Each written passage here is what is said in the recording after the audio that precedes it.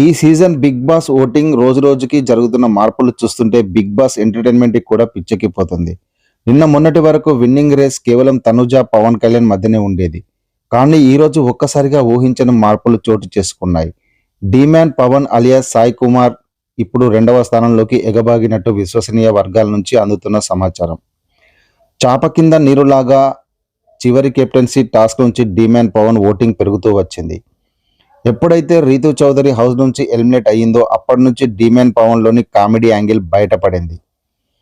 గడిచిన 2 వారాల నుంచి ఇతని కామెడీ ఎంటర్టైన్మెంట్ ఇమ్మాన్యుయల్ని కూడా దాటిపోయింది అంటే అతిశయోక్తి కాదేమో.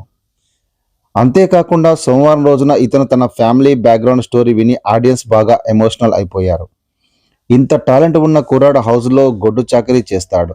అందరితో ఎంతో మంచిగా ఉంటాడు. హౌస్లో ఉన్న అందరినీ కంటెస్టెంట్స్తో పోలిస్తే ఇతని పరిస్థితి ఆర్థికంగా బాగాలేదు.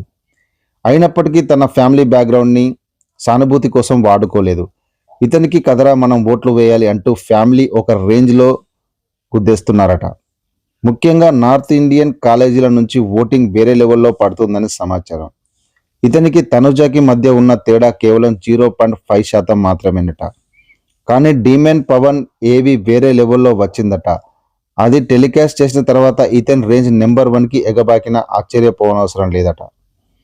ఓటింగ్ ఆర్డర్ చూస్తే మొదటి స్థానంలో పవన్ కళ్యాణ్ 30% ఓటింగ్స్తో కొనసాగుతుండగా ఇతనికి హాట్స్టార్ ఇంటర్నేషనల్ కాల్స్ మరియు నార్త్ ఇండియా నుంచి సరిసమానమైన ఓటింగ్ పడుతుందట. ఇక ఆ తర్వాత రెండవ స్థానంలో డీమ్యాన్ పవన్ 26%తో ఉన్నాడు. ఇతనికి నార్త్ ఇండియా నుంచి ఓటింగ్ వేరే లెవెల్లో ఉందట. ఇక ఆ తర్వాత మూడవ స్థానంలో తనుజ 25.5%తో కొనసాగుతున్నట్టు తెలుస్తుంది.